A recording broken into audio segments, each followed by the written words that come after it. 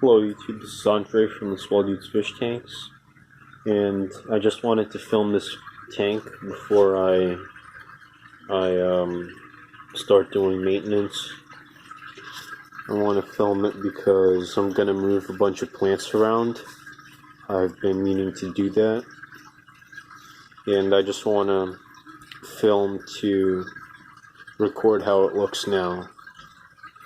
So there's this in the front, the crypts in the back, which I don't like. Yeah. I'm thinking get rid of a lot of this, keep a small portion of it there, and move a bunch of those crypts forward. And then I'm thinking to bring the Kleinbar sword back. So I'll take one of the Kleinbar swords and put it in there, because I want something tall in the back. I think a Kleinbar sword will work nicely. So right now I have this taller plant in the front and shorter plant in the back. I just don't see them that well. I think the crypts need to be in the front here where I can see them. And I can put some of this Rotala indica in the back and some here, and then I'll have the Kleinbar sword in the back. Just mix it up a bit.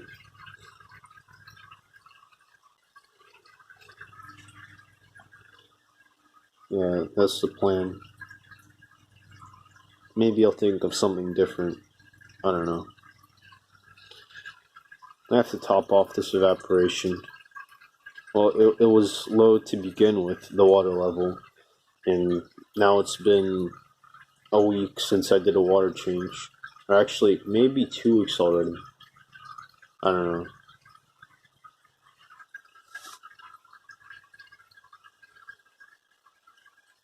You can see there's an interesting interference going on the water surface, like the filter and the air pump. It's really active surface. I like the way that looks.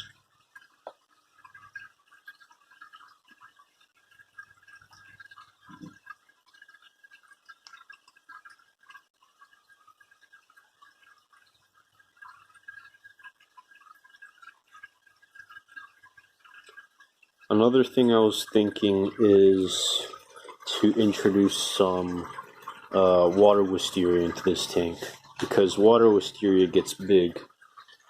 It can really fill out the tank. Like, it can get tall, and if I put it in the back, it grows really thickly. And not just in the back, like, I don't want to just have like the tall plants and the less tall, the shortest in the front. I don't want that. I do want some variation, but right now I just can't see the crypts very well in the back. I don't like the way this is.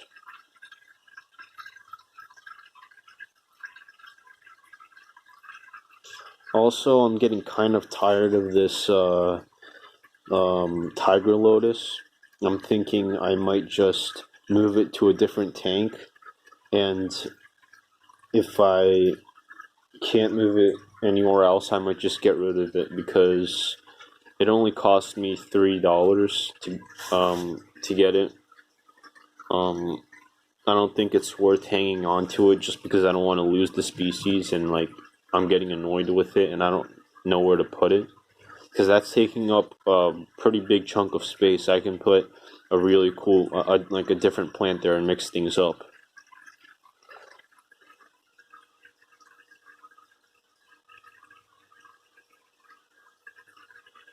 Yeah.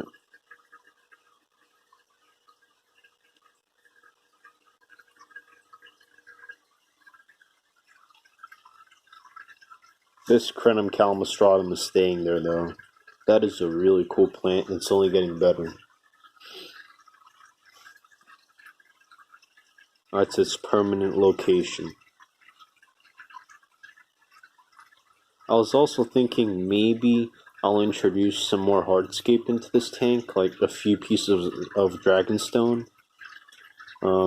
Nothing major, because I do want it to be mostly plants, not a whole lot of hardscape, but I don't know, we'll see.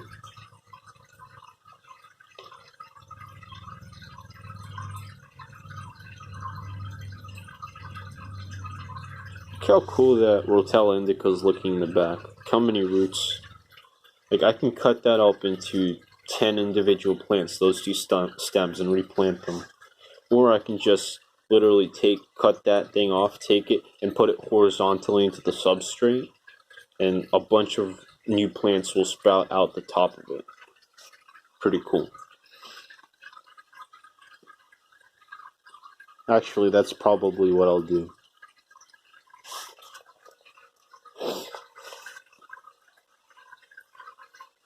You'll notice that crypt is relatively tall. Focus. But all the new growth is low, and that's because I increased the amount of light on this tank when I moved it.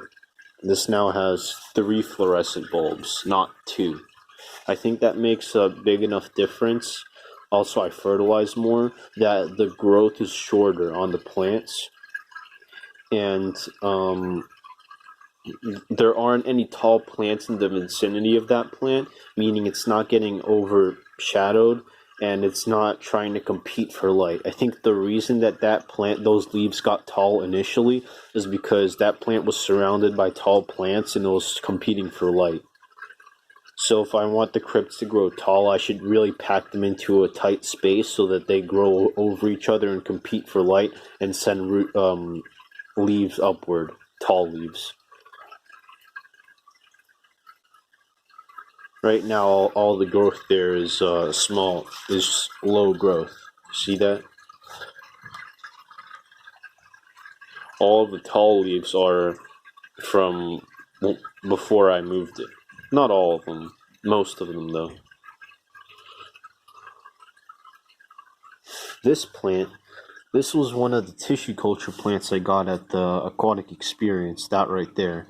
That's the last stem I have. It's proved to be a difficult plant to keep, and you can see I started fertilizing more and it started surviving. So I think what I'll do is I'll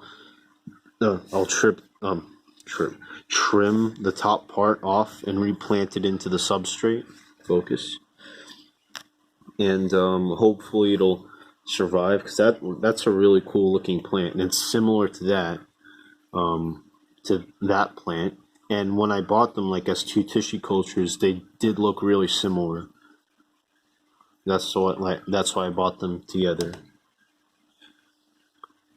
But this just has all died off, and you can see it has a bunch of cyanobacteria growing there. It's not all like that. But that's comforting to me that there is cyanobacteria growing there. The reason that's comforting to me is because that means that cyanobacteria can grow in the tank, and the fact that it's only growing there means that everywhere else it's being outcompeted by the plants, which is what I want. Well, and the other algae growing, which aren't as prominent. So I'll just trim the top off of that plant, and I'll replant it in a place where there's a bunch of light, and maybe I'll make a different place here. And I'll add a bunch of fertilizers, and I'll see what happens. Maybe I'll even put an extra light source with a more concentrated beam above it, just so it survives.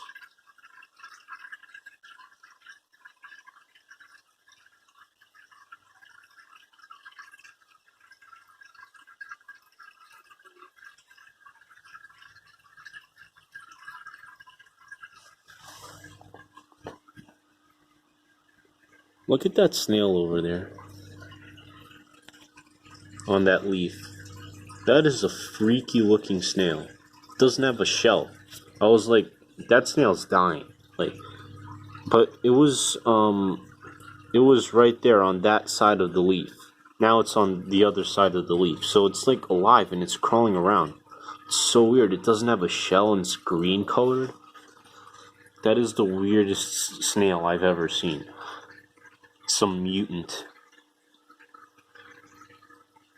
Freaky snail. I'm gonna be watching that closely. Maybe that's a sign that there isn't enough, that the water is getting soft. There isn't enough hardness. Isn't enough, like calcium carbonate in the water.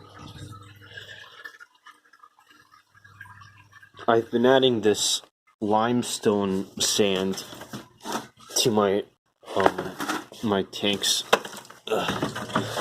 but you'll notice that it's a white color, right? And that's the reason I haven't been adding it to this tank, because as a black substrate, it'll be like polka dots.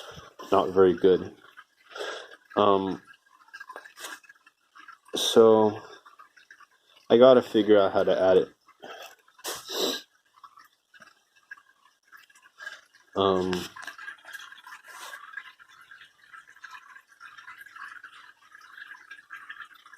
Maybe I'll just take like a fine mesh bag, and put it in the bag. Test it out first in like a tub of water to see if the granules fall through, and if they don't, I'll just put it somewhere near the back of the tank, or maybe in the canister filter. Yeah, but yeah, that'll work. Because when I put it in the canister filter, it's upstream of the actual pump, and that's important, because if it wasn't upstream, if it was downstream, then there would be the risk of the small pebbles getting out and scratching the actual pump, and that's not good. I'll see. To be honest, I haven't opened that filter since I set it up. Wait.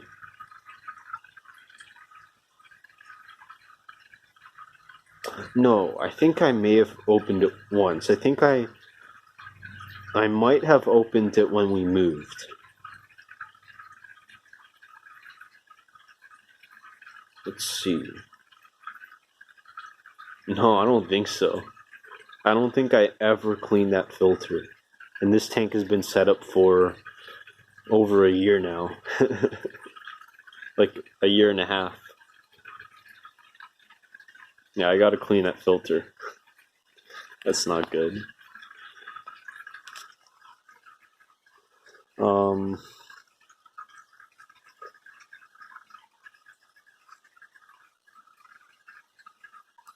Yeah. But honestly, this tank is getting better and better with time. After today, it's just gonna look stunning. Then give it a few more months, give it a year. It's gonna be really good.